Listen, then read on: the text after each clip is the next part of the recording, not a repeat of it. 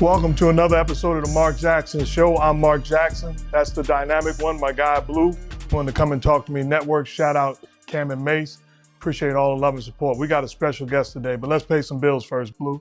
I got you, Pops. It's a big day. I got you. Shouts out to Underdog Fantasy. Go ahead and click the link in the description. They are matching a first-time deposit of up to $1,000, and you'll also get a special pick. Use the promo code MARK. That's M-A-R-K. Once again, that's promo code MARK. Also, don't forget to like, comment, and subscribe real quick. Pops, come on, man. You got the pursuit of happiness. Get some joy in you. Come on, man. Bring it. Come on. Shots fired. Well, we've been rolling with legends. We got another legend who's been in the business for a long, long time. Got his big break going on Def Comedy Jam years ago. Been on countless shows and countless movies, including Nick Cannon's own Wildin' Out, Curb Your Enthusiasm, The Wonder Years. What else we got? Beverly Hills Cop, Haunted House 1 and 2, had his own show on Fox, bet on himself, and wrote and financed a movie called A Hip Hop Story, which showed his absolute brilliance. As talented as a guy that I've ever met, the legend, Affion Crockett. Appreciate you, bro. Legend. Thanks for joining us, man. I appreciate you. That was a legendary intro. Appreciate I that. try. It's worthy of the guests. We show love and support. We certainly appreciate nothing but respect for you and all that you've been able to accomplish and continue to do. I appreciate that for sure. How you been, man? I've been good, man. I haven't seen you in a while in person, but you know, we go back and it's always love, man. Always love. How you been? I'm doing well. The thing that's shocking to me is you've been in the game since the mid-'90s. It doesn't even seem like that. I know. It's people always ask me that too, right? And whenever I say the year that I started, to think back on it, like that's 30 years, right? Did you go to school? Yeah. Let's say 95 plus 5 plus 24. I didn't pay attention. But no, to think 30, it doesn't feel that way, but it's because of how I approach the game. I don't approach the game from a standpoint of what I did yesterday.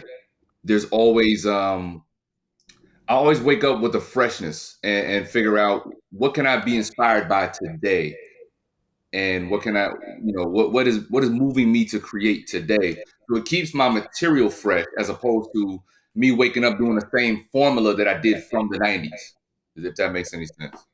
Makes a lot of sense. I guess my first question would be, being in the business from the 90s to today, we know the news, we know what's going on worldwide and in Hollywood and in hip hop and all of that.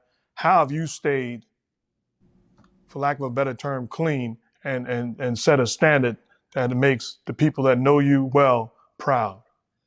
You're a man of the cloth, so I think we have that in common. I don't sacrifice my morals, my beliefs for a paycheck, for an opportunity that doesn't sit with my spirit, doesn't sit with my soul.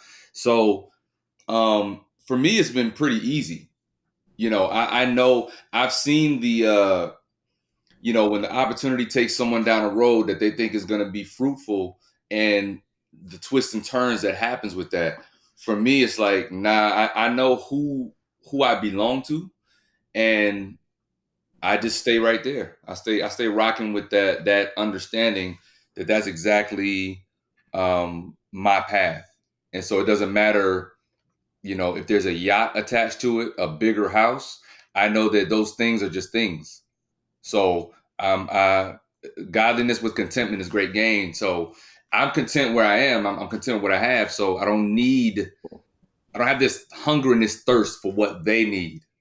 And that helps me stay in the middle of the road. Now, I've heard you, Affion, talk about before the correlation between the music industry and the comedy industry. And I know lately we've been seeing beefs with Kendrick, Drake, and from top to bottom, everybody's beefing. It's nonsense everywhere. But I've heard you say that same type of beef goes on behind the scenes in the comedy game. Can you give us a little insight to maybe what that type of scene is? Nah. I mean, look, Cat started off the year exposing, what he felt was some of the behind the scenes stuff. and that's his perspective. I know everybody in the game for the most part. I've been around the game for a while, but I keep to myself. I don't get involved in none of that. I don't even believe in beef. If it's a problem that I have with you, we should be able to get on the phone and talk about it. Or it's okay to just not mess with you. It's okay if you don't like me. It's okay to just, if you see me, just don't speak to me. It's cool. Like, we don't have to speak. We don't have to be cordial. It doesn't mean that we got to get into a shootout or a fight. But at the end of the day, we grown men out here trying to just make a living. So I don't understand the beef, to be honest. And the other thing I don't understand is getting on the internet and talking about the beef with somebody that's not there to talk, to talk back with you. So I don't get into the he said, she said stuff. I don't get into any of it. I literally mind my business. And if somebody has a problem with me, I won't know it unless they physically approach me with it. Now, go ahead, Blue. Go ahead, Pops. Now you got something. Go ahead. No, that's the mature way of looking at it, and I appreciate it. But at the end of the day, Flip Wilson and Red Fox had some beef. Somewhere along the line, there was some conflict. I'm sure it's, look, back then they had some real beef, They had some stuff, but we don't know about it. Now, going, you said something that raised a question in my mind. The internet is so prominent today. People go and just speak about everything online. But as a comedian, as an entertainer, how do you, I guess, transfer over into this new setting of having to do skits, having to do online material, when back in the day it was mostly stand-up, movies, and roles? I was already doing it. So for me, it's an easy transition. I started out on YouTube back in like 2005, 6. Because I always had ideas. When we were doing Wild 'N Out, I always had ideas that I would pitch to those guys, and they didn't really see a vision on it. And so YouTube was the perfect platform to say, oh, I can just go film an idea and put it up and just see what happens. And I was getting millions of views on a lot of ideas. So the fact that now that's primarily what people are doing on IG, TikTok, it's an easy transition for me. Because I can film everything on my phone. I can edit it right on my phone. Everything is done right on the phone. I know how to do it all. Is there a difference between is there a difference between the difficulty level of doing it online or doing stand-up in person? I would say, yeah. I mean, stand-up in person is probably one of the toughest crafts to master, because if you're not comfortable in the fire, stand-up ain't for you. It's not for you, because you don't know who's going to be in the audience. You don't know who's going to be in front of you every show. And you got to think, for comedians like myself, like when I tour or whenever I go do club dates, it's typically 4 to 6 shows in that weekend. So that's 4 to 6 hours worth of crowds, new crowds every show. You don't know who's coming in there. You don't know who's going to be drunk, who just want to be on his attention-seeking mission that day. So you got to be really comfortable being able to handle those situations and being funny on top of that. So stand-up is probably the most immediate, degree of difficulty. Well, to me, to display your incredible talent, we got you on the show now, so you can't say no. At some point during the interview, I will ask you, or Blue will ask you questions to show how incredible you are at impersonating legends. So my first question to you is, how did you go about Jay-Z? How did you go about picking a Super Bowl performer, and how tough of a decision Come on, are Mark, those? Stop it. You an athlete, so you know how these things go. Okay. Everybody wants to put it on me. But the reality is I don't own it. It's owned by white people. It's the NFL. You know that. You know that. Mark, you know that. You from New York. You was on the Knicks. You was everywhere. Okay? You played in the professional league. You know what it is. It's white people. They made the decisions. I can make suggestions, quote unquote. I'm gonna do my fingers up. I can make suggestions, but I can't make the final call. It's not. I don't. It's not me. It's not. Now we hear you. We hear you, Jay. We hear you, Jay. Let me ask you though. What you think about Dame Dash selling his portion of Reasonable Doubt? He has to sell whatever he needs to sell. He has to keep his teeth in his mouth. It's just what it is. He has to sell everything. I have no problem with that. You know, get your money. Get your bread. Do you, Pa? I also heard you talk about the transition, how easy it is to go from Jay-Z to, I believe you have the late, great Maya Angelou sitting next to you. So.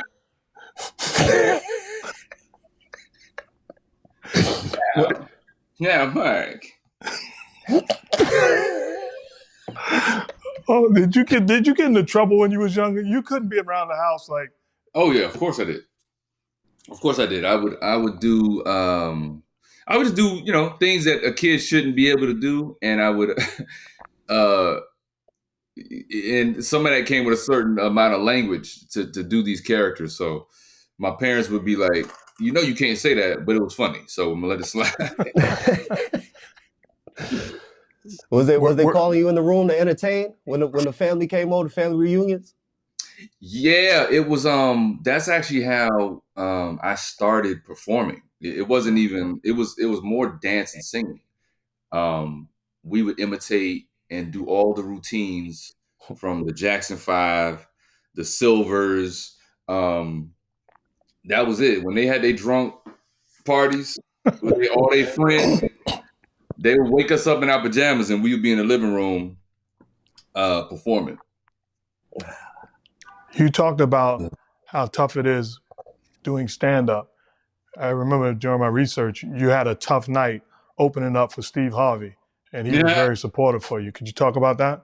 Oh yeah, that's in the beginning, man. In the beginning, before you know your voice, before you understand your rhythm, before you just don't have the experience. And so that was like in the early 90s. That was probably 97, 96, 97.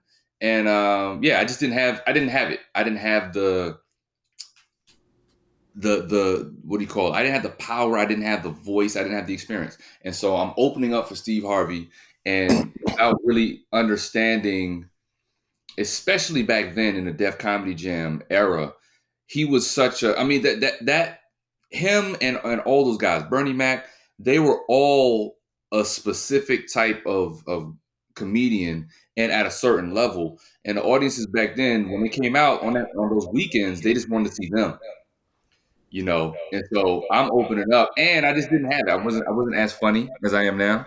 I didn't have the writing. I didn't have the maturity in my jokes. So yeah, they wasn't having me. They was like, all right, we ready. I spoke for about 60 seconds, and they was like, yeah, all right, where's Steve at though? Hey, where's Steve at? Now let me ask you, how much of it, how difficult is it going through that time of finding your voice, finding out, okay, this is because obviously now you have it, but how difficult was that time of going through what is my niche? All in all, nothing is difficult. I'm gonna take that word out of the conversation. Everything is work. It's just hard work. You know what I'm saying? Like, if you go to the gym and you want to get a chest, you gotta get on that bench. You gotta put that weight up. If you view it as difficult, then you probably gonna be you're not gonna be motivated to go back. But if you view it as, all right, this is just the work I gotta put in, then that's just what it is. So I wouldn't say it's difficult. It just takes time, like everything. It takes time. It takes experience. It takes getting out in front of those tough crowds and just working through it, man. Wait, have y'all seen a hip hop story yet? Absolutely. Yeah. So that's the reason I did a hip hop story, or initially, is I'm a hip hop baby. I love hip hop. So, but it was an opportunity for me to put all those impressions in one space so that people could just press play and just watch me on my Eddie Murphy train and do all these impressions in one storyline, but not make it feel like it was all Affion. So one of the biggest questions I asked people in the beginning of screening the movie was, did it feel like it was too much of me present on the screen? And they was like, nah, every character you did, you nailed them so well, we thought we were watching them. Yeah. You nailed the mannerism so down pat that we thought we were watching them. So I was like, okay. No, But it was yeah, scary. purpose It was behind scary. I stopped counting. How many characters did you do during the course of the movie? I still haven't counted. Unbelievable. Yeah. It has to be up in the 13, 14 range of people. How difficult is it gaining where you feel like you're that person and it's clicks and I got Jay-Z down, or I got Russell Simmons down, or I got Joe Buttons down, or the countless people. Yeah, again, I wouldn't say difficult, but it's the the amount of practice to just hear it in my ear and then just trust it, trust the mechanism that you built in being able to deliver a character. Once I saw it on camera and I could hear the voice, then I was like, okay, it's cool. I wouldn't say it was difficult, but it's just more about some of the newer characters versus some of the ones that I already knew I had down pat. Some of the newer ones was Joe Budden and Cornell West. I had never done Cornell West's character. I had never done Cornell West's character, and that ended up being the biggest character in the movie. So you just never know. Was that just random lifting your feet up on the couch in Cornell West? Yeah. No, it was all like, once I got locked in, I had the outfit on and the character, the fro, the suit. It's almost like the voice and everything else just followed. It showed up, you know. Dr. West, now that you mentioned, do you really believe you have a chance of winning the election and being president of the United States of America?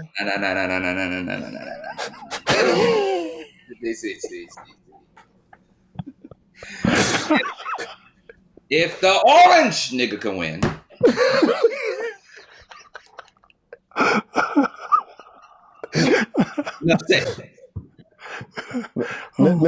Mr. West, is it how important is it for us young people to get out and vote this year?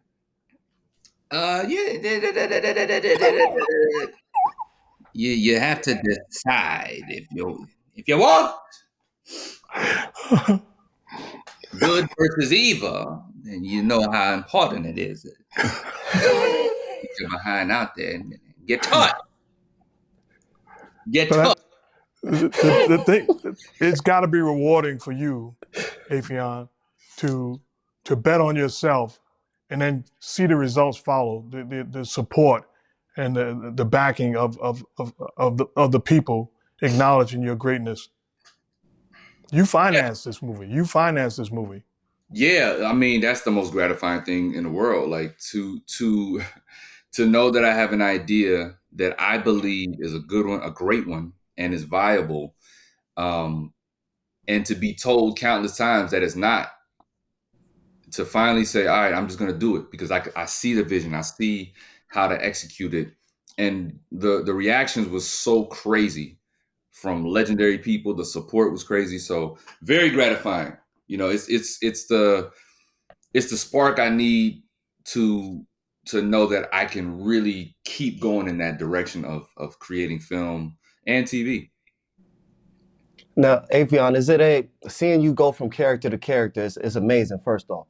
But is it a constant thing where you see people on TV or you hear somebody talking and you maybe beneath your voice or try to think like, okay, is that something that I could possibly emulate? Not at all. I don't think in terms of it. Like I don't do impressions all the time. Like I just be whenever it's time to do a project, and if I need to do it, I don't even consider myself an impressionist. I'm just an actor.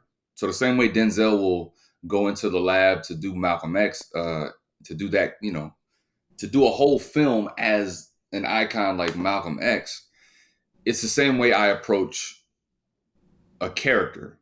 You know what I mean? So I don't even look at it as impressions because there's so many other people that to me are great impressionists.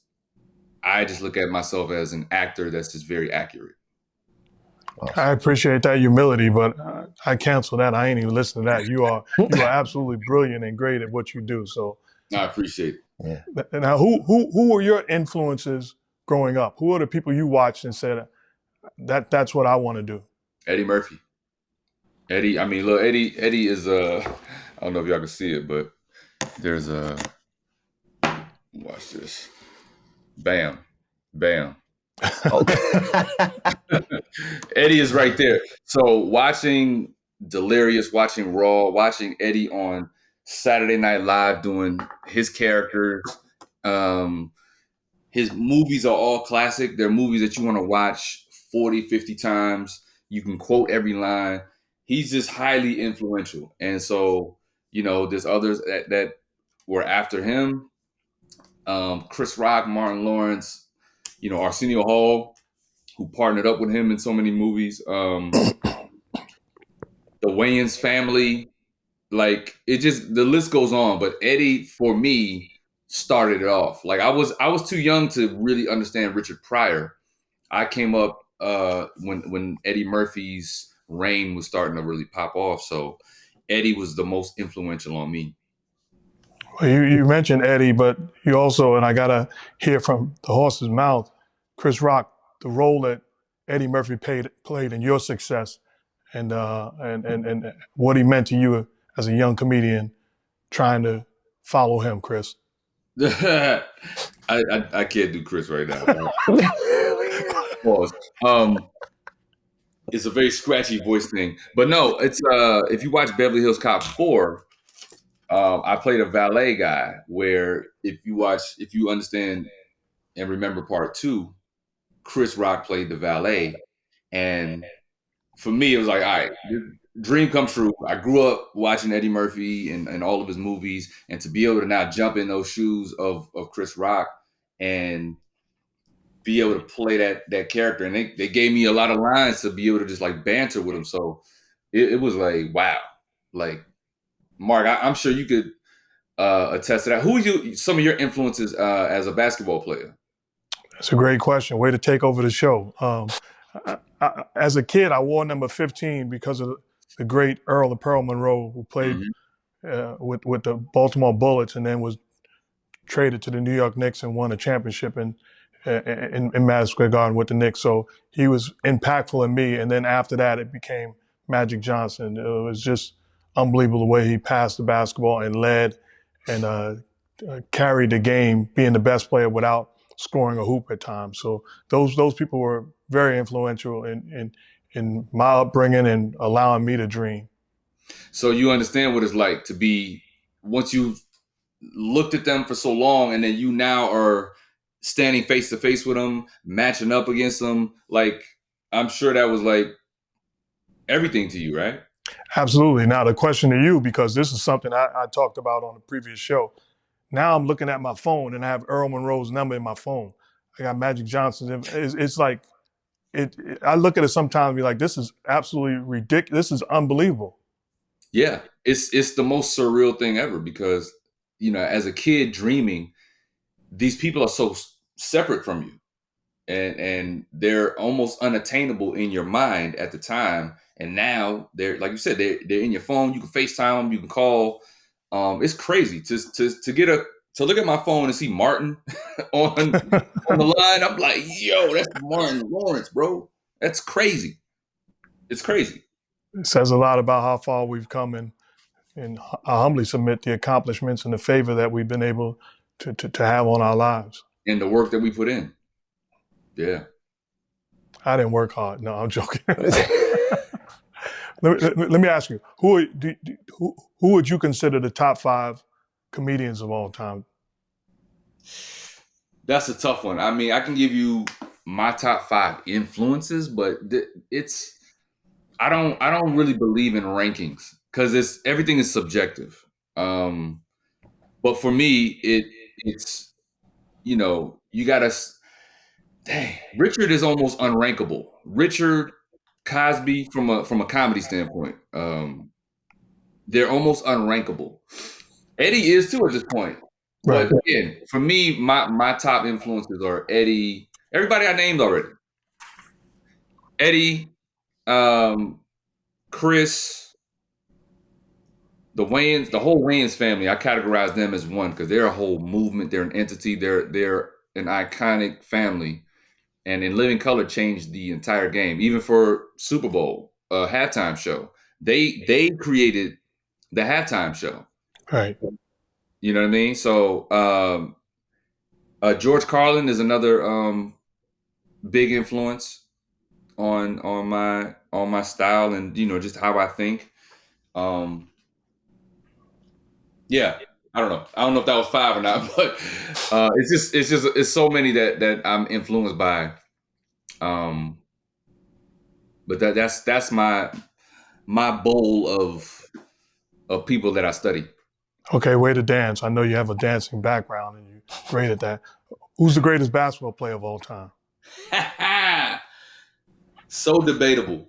It's funny because there's certain categories that can't be debated, right? Like most people, if you ask who the greatest martial artist of all time is, they're gonna say Bruce Lee.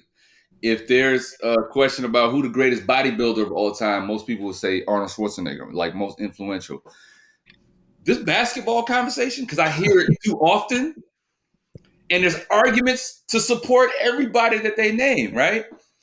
For me, Michael Jordan was the most, I've never seen anyone play like him. But then when you say that, then you go back and look at young Magic and how dynamic he was. With, like you said, with his passing ability, he was like a wizard on the court.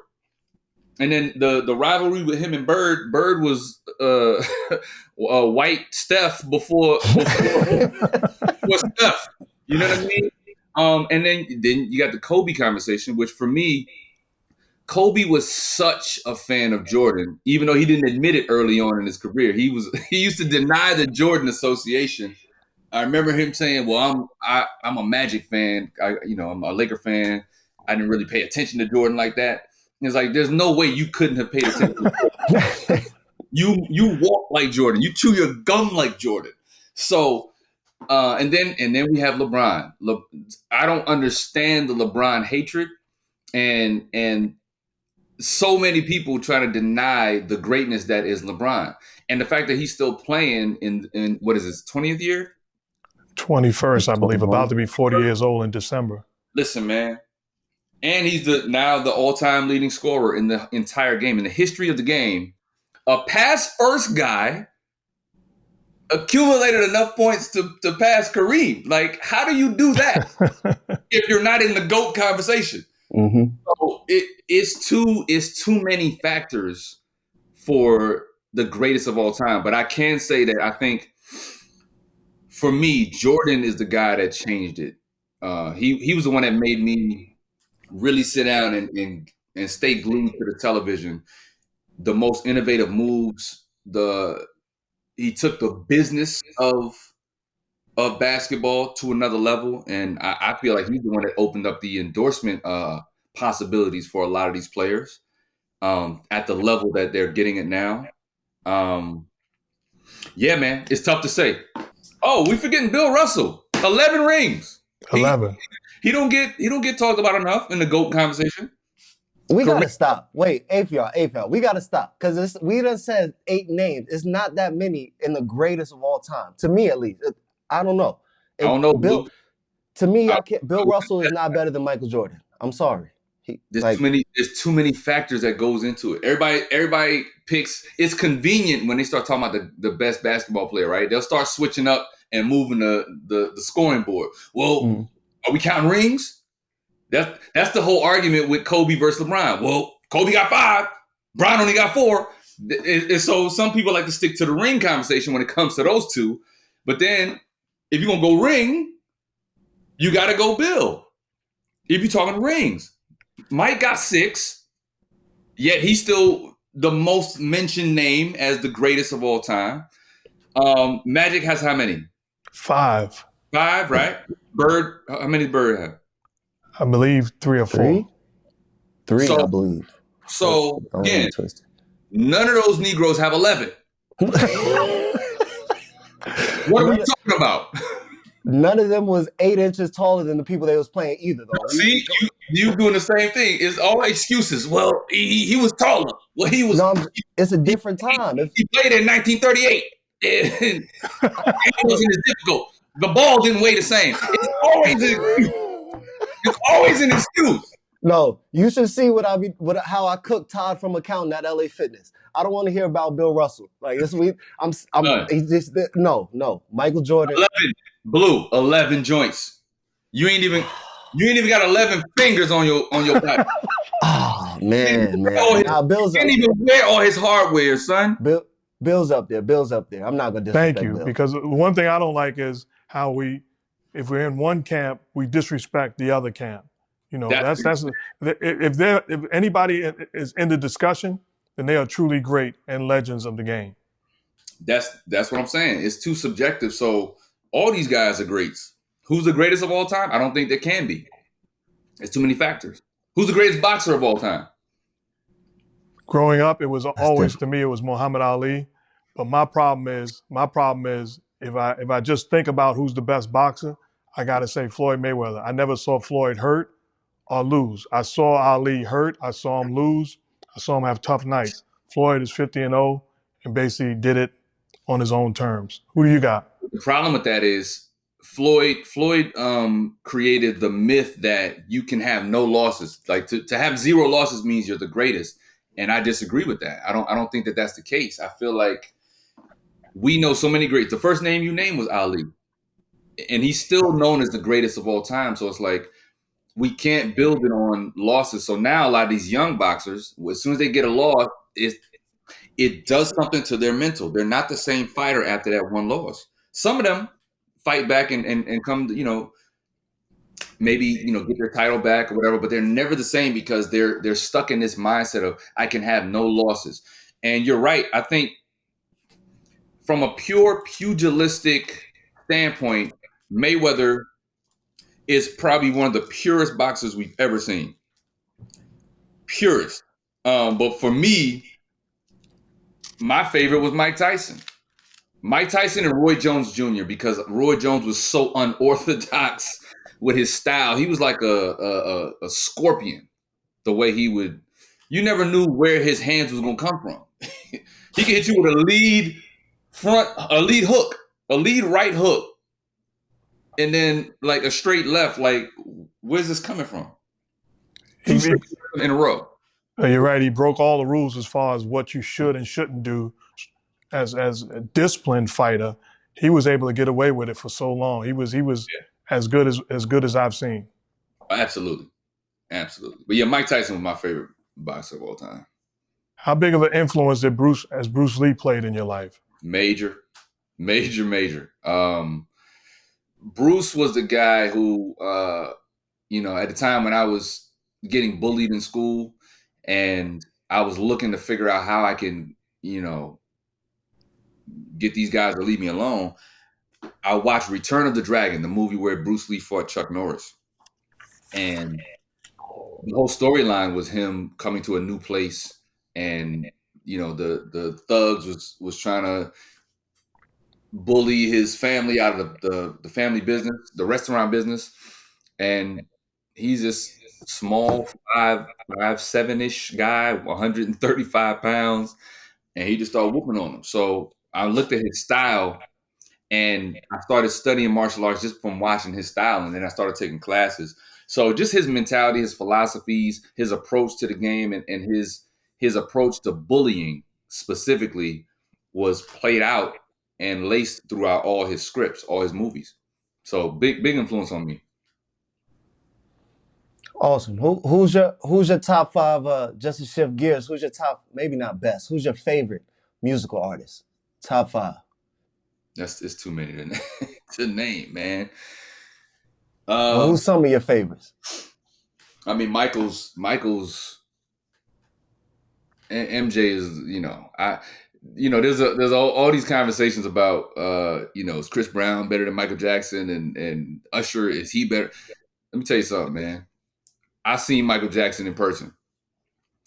I've never seen people faint at anybody else's concert. I've seen a lot of greats. Michael there was a whole medical tent next to the stage. So when they were carrying bodies to resuscitate them, you understand what I'm saying? I've never seen that anymore. Not to say that it hasn't happened. I just haven't seen it. And the as dynamic of a performer as he was, this dude came out on stage for 2.5 hours. The only time he took a break was when he changed from he was changing into the Thriller outfit. So he went backstage for literally maybe 2-3 minutes, and the dancers was doing their thing, the background singers was doing their thing. But Michael put on a dynamic show. He was an alien, bro. Yeah. And think about it, he couldn't go out in public. You get people in malls or shopping centers, basically passing out, just getting a glimpse of him. He was that big of a superstar. And it was at a time when we didn't have the internet. We didn't have the internet. So his level of fame reaching all the way over to Bucharest and, people, countries where they don't even speak English. I don't think we'll ever see somebody like that ever again. And the mystique is gone because of the phones. The social media takes the mystique away from a lot of these artists because they feel like they got to expose their life to keep their fans engaged. And, it's unfortunate. But, yeah, Michael was like the king of all of the stuff. Outside of that, it's like, and on the rap side, my favorite rapper is Rakim and Nas. Those two are my top two. After that, I don't have any ranking, but I'm a big fan of lyricism specifically. Like a lot of people, when they do the top 5 rappers, they'll go off of, well, who sold the most records or who did the. My thing is, who was the guy that made me have to rewind the verse because it was such a crazy entendre that I had to rewind. Is like, did he say what I thought he said? Yeah. You know what I mean? Big Daddy Kane was like that. Eminem is great at that. You got Chino XL. You got Razkaz, Talib, Big Pun, Cool G Rap. Like I listen to those guys that are like really complicated with the wordplay. And y'all got something in common. Both of y'all spit a verse freestyling on Sway in the morning. Yeah. Did you go do the 5 Fingers of Death? Now I was up there. What was that? A week ago. I was up there last week. I spit. Oh snap! I gotta watch that. Yeah. It's up on Sway's Universe. I tell you what, yours was as good as, including rappers, Affion, yours was as good as it gets. It was incredible to watch you go up there and comfortably spit. Thank you, man. Yeah. And I've known Sway for a while, so he already knew. And so that's why he had it in the chamber. He just kind of snuck up with the 5 Fingers of Death, and I was ready. Way to flex. Ready, man. You know what I mean? Wait, I want to ask Drake a question, man. I want to ask Drake. I want to know. Stop. I can't talk as Drake, man. Drake is. Why you can't talk as Drake? Drake is like, here's what you got to understand about impressions. Sometimes, like even Eminem, right? If you go back to my YouTube, I do a whole parody as Eminem. I'm in the white face. I got blue contacts. And I do a whole song called Detox where he's begging Dr. Dre to put out the Detox album. Yeah. But I wrote the rhymes as Eminem, but to really record my voice to sound like him, because he has such a high-pitched voice, I couldn't really like do it in my natural voice. So I had to tweak. So Drake is a very similar thing where I don't really have the Drake impression down, like his speaking voice. Yeah. Until I get on a track that I can now manipulate his style of rhyme and his tone. I get that. Yeah. Makes sense. I feel that. Well, who are you voting for, President Obama? That's my question. Oh, Lord. Always bet on black. or light skin. Look, this is the most light-skinned show y'all ever had. Look at our faces on the screen. We winning. All Pops need is a beanie. You have a beanie, we hit the all-time high. Yeah, we look like a rap group. Blue, did you know that Affion danced on Soul Train? Nah, I knew he danced. I didn't know he was on. You went down the line? Yeah, I was. This was the show. It wasn't the Don Cornelius. I ain't that old, but it was the Shamar Moore era when he was hosting. Okay. Yeah. I was down the line, ciphers, all kind of stuff, man. Oh, that's To crazy. be fair, it wasn't the same as a Don Cornelius years. Mm-mm. It wasn't, Yeah. man. Look, Don Cornelius years was the catalyst years. That was and it was the 70s where it was the most funk, and 80s as well. But the 70s was like the most funky. That's when Soul Train was new, and some of those dancers and the dances that they were doing were very fresh and still being discovered. Like the Lockers. The Lockers was one of the most premier dance groups that made the conscious choice. We're not going to dance behind artists. We are the artists. So they ended up getting their own Saturday morning cartoon and Saturday morning specials. The Lockers was like that group in the 70s that took dance and really put it to the forefront. They had ABC specials. Tony Basil went on to do like oh Mickey, you're so fine, you're so fine. So she was a locker, and she was real good with getting them a lot of business opportunities as well. And then once I moved to LA, I met pretty much all of them. And Greg Campbell Life Jr. became one of my mentors, and he taught me the locking dance. Crazy how things come full circle. Absolutely. Of course, Rerun from What's Happening. Fred Berry Absolutely. is a member of the Lockers as well. His name was Penguin in the Lockers, but yeah, Rerun. Did you like everybody else, including me? You had to be able to do the rerun dance, right? That's locking. That's what I'm saying. Yeah. That is called locking. What he was Right. doing is part of what the whole crew was doing. So when you get a minute, just look up the Lockers, and you'll see some of their like routines and performances they did. They performed on Soul Train as a group, not behind an artist, but Don showcased them on Soul Train so they could do their own routine, and it was a whole thing. He interviewed them Now, afterwards. now, am I wrong? Is pop locking and locking the same? Mm-mm. Oh, so it's different. Pop locking is it was introduced in a song. I want to say Lakeside. All the way. Is it All the Way Live? Is that Lakeside? Mm-hmm. Yeah, they were like they said pop locking at the Holiday Inn or something, but the term was off. Popping and locking are two different dances. Somehow, like I said in that song, the term just kind of got away to just mean they just infused everything. But no, popping is a whole nother dance. My, Now, my, go my ahead. pops lock all the time. His back, ankle, neck, hip. These Okay, y'all got jokes. Now, you did say something that was baffling to me. The Soul Train dancers didn't get paid? Nope. Are you kidding me? Nah. Yeah, and that's the underbelly of the conversation that most people don't talk about. But yeah, Don was not a generous man when it comes to that. Wow. They did not get paid. Dang. Now they may have gotten discovered and gone on to dance for other artists or maybe commercials or something like that. Choreography maybe, but on the show, nah, they didn't. He didn't want to pay him. Wow. He wanted to keep the money. Just dance.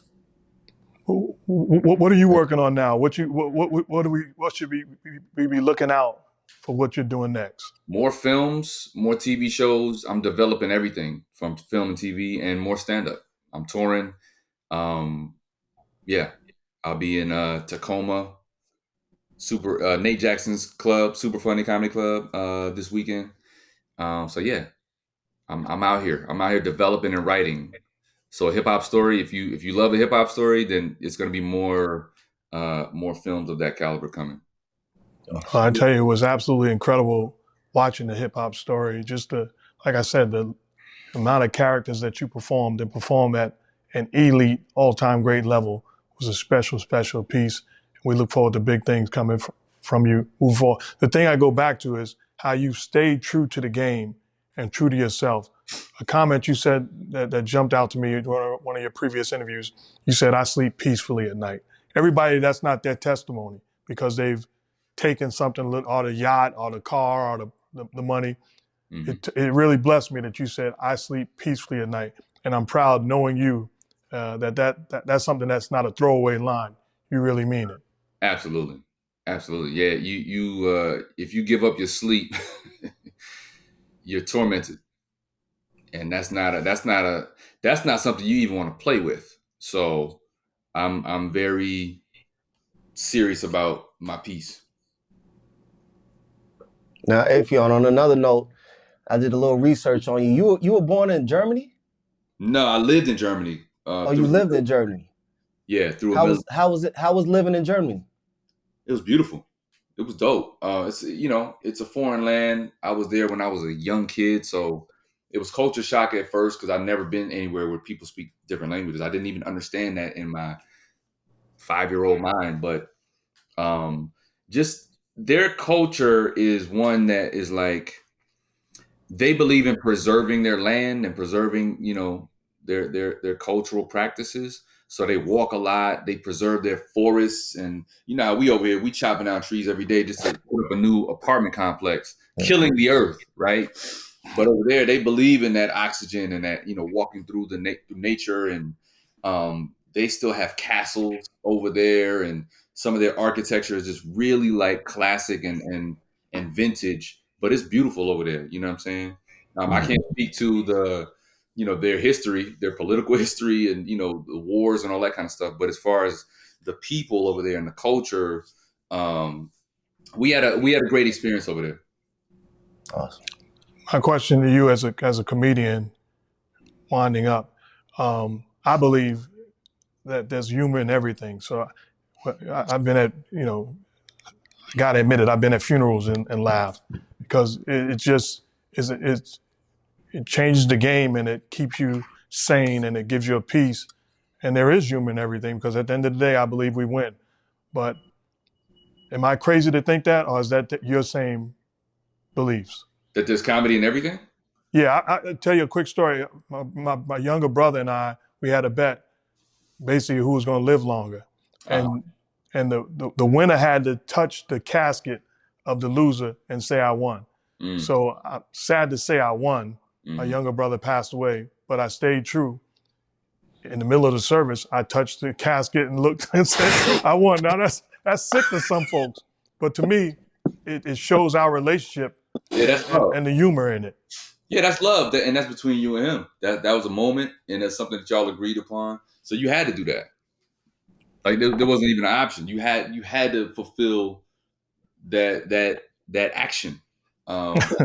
But no, I feel the same way. Like there's humor in everything. I do believe though it's about the execution. I'm a comedian that doesn't believe that everything is a joke or everything is on the table. Like I'm not a fan of prank comedy.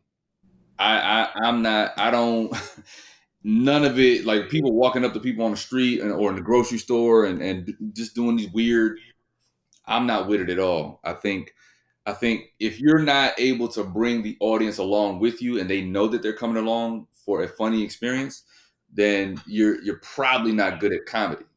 If shock value is comedy to you, then go run with it. But it's not my style. Now, as a comedian, let's say you're doing a stand-up somewhere. Do you look forward to that heckler? I've watched your work and I've watched you annihilate a heckler. Do you look forward to that? Do you embrace it, or do you prefer to just let me take you guys on this walk? I don't look forward to it because I would rather just stay in the flow of what I'm doing. But I don't shy away from it if it comes. Like I said, you never know what's gonna happen. One time we was at a club, man. There was a fight broke out while my boy was on stage before me, and the fight broke out in the middle of the show. We've seen it all. I saw. Yeah, it's happened. It's happened to me before. I had a white lady walk on stage and try to Karen me during the show. I saw that. When she did it, it was shocking to the audience. I was just like, all right, am I going to have to drop kick this white lady? And then it's going to be a whole nother headline on Monday. But I let her speak. And then the managers finally took her off the stage. And then the following 25 minutes was all on her.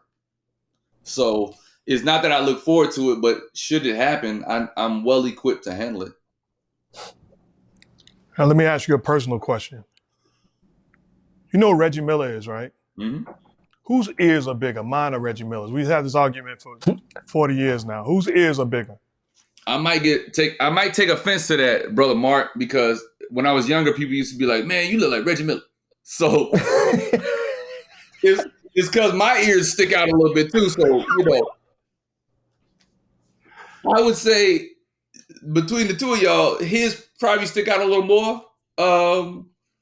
But that means mine stick out too. So no knock to Reg. He one of the goats as well. He is. We can leave it at that. You said his ears are bigger than mine, so I appreciate it. Affion, what was it like on another side note? What was it like performing at the Apollo Theater for the first time? Oh man, legendary stage, legendary experience. That's probably I'm not one that gets like excited naturally. I keep a pretty even keel countenance, if you will, but that was so exciting to me because I grew up watching that joint, and at the time when I went, I had never really been on TV, so it was just everything was new. But being able to go to New York to the Apollo back when Harlem was still Harlem, it was dope. It was dope. It was terrifying. It was dope. It was all of the things, but it was exciting overall. Like New York is an energy that you cannot duplicate. New York energy anywhere, especially New York of the 90s, the 80s and 90s, unmatched energy. So to be able to go up in there and do what we do, and they was loving it, like they was on their feet at the Apollo. We watched Apollo boo gospel singers off the stage. You know what I mean? So the fact that they was rocking with us and they was like on their feet clapping, like yeah, they was like screaming for us. It was dope. Yeah. Last question for me. I watched your special, your Fox show, which to me, the disappointing part about it was I played for 17 years in NBA and 4 years in college. I never had a coach tell me what play to run as I brought the ball down the floor, which made it easy for me to initiate offense and dictate everything that was going on the floor. Now, once in a while, they say run this, but overall, I ran my own show. Right. I want to watch Affion Crockett like a hip-hop story. I want to watch him where he's controlling the tempo, controlling the flow, doing his best work. Mm-hmm. Is that why, I say this respectfully, is that why that show didn't work out the way that you planned it to? Everything you said, like as soon as you started speaking, I knew what analogy you were going on. And the analogy I always used to say when people ask me about it, I said, well, that show was like when you take Kobe out of high school and you tell him, man, you're great. You're the next one. You're a phenomenal talent. We're going to make you play soccer. We're going to make you play hockey. We want you to play hockey because we got all this. It's a great team and da-da-da. And you're like, dude, this ain't the game I play, though. You know what I mean? So, it's the nature of the business, though. You got a job is a job. Sometimes I think as actors and as, the audience watching actors that will get a show and a show gets canceled or something like that, most people take that as it's the end of the world. My understanding of the game it's not even my understanding. The reality of the game is even the most successful shows get canceled. They don't last forever. Seinfeld ain't on the air anymore. You pick any successful show that's like a classic show. Fresh Prince of Bel-Air, 5 years. It's in syndication now. Martin. Like all the great shows that we love get canceled. So if you have a show that doesn't last 5 years and it gets canceled, does it mean it's the end? No, you just go get another job. Like I come from a working family. I watch my father work. So I don't get caught up in the emotion that Hollywood tries to put on our art. When I was younger, I didn't really understand it. But now in my grown age, I'm just like, man, a job is a job, bro. Go get the job. Don't cry about it. Get up every morning, put on those work boots and go out there and get to it. So that's why you still have me around. The Fox show was back in 2010, 2011. It's 2024 and I'm over here financing movies And I'm on screen with Eddie Murphy, and I got at least 6 movies under my belt since then. So, you know, from A Haunted House 1 and 2, Soul Men with Bernie Mac and Sam Jackson, like I have nothing but praise for my journey and for the blessing that's been able to transpire before and after that Fox show. Well, you've been incredible, and we certainly appreciate you spending time with us. You are absolutely one of a kind and an absolute legend. We thank you for all you've done and all you continue to do. And you got an open invitation to stop by the Mark Jackson Show anytime you want. I appreciate you, legend. Thank you, Affion. Appreciate you, man. Keep it rolling. Much love. Blue, I'm going to go watch your freestyle right now. Yeah, go check it out. Man, appreciate you on the show, man. And I mean it. Anytime you want, anytime you want to talk about anything specific, reach out. We'd love to have you. All right, my guys, I appreciate you. Shout out our sponsors, Underdog Fantasy. Y'all go ahead and click the link in the description and use the promo code MARK. That's M-A-R-K, and they are matching a first-time deposit of up to $1,000.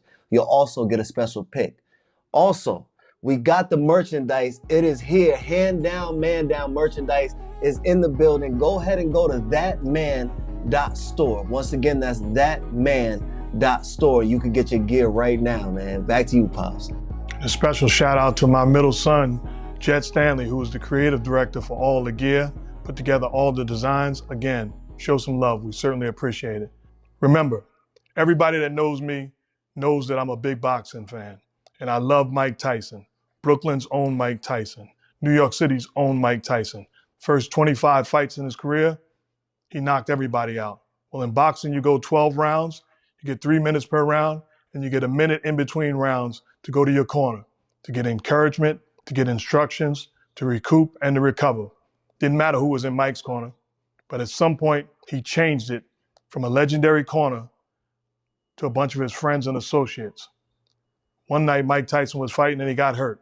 He went to the corner, the cameras followed, and his corner got exposed. They didn't know what to do. They didn't know how to handle a hurt, damaged champ. It was sad to watch. He wound up losing and it cost him. Well, let me talk to you. Take care of your corner now. Make sure you got the right folks in your corner now, because we're all gonna get hit. Truth be told, we all will get hurt. Make sure that when they go to your corner, it's full with folks that deserve to be there and folks that know how to handle a true champ. Blessings.